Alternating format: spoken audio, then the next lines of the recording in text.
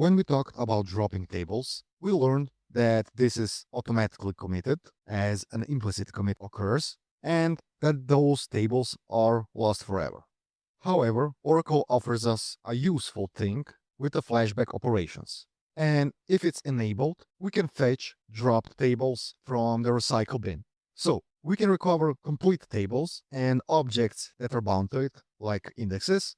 We can recover changes on the table, and not only after the drop, but also in specific time periods. We can make analysis on the changes on those tables with the flashback operations, and even make queries on the prior state of the table. So when we want to check what was the content of a table on a particular date.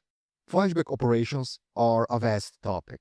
However, in this section, we're gonna cover what is needed for the exam and even a little bit beyond that. So stick around and see you in the next lesson.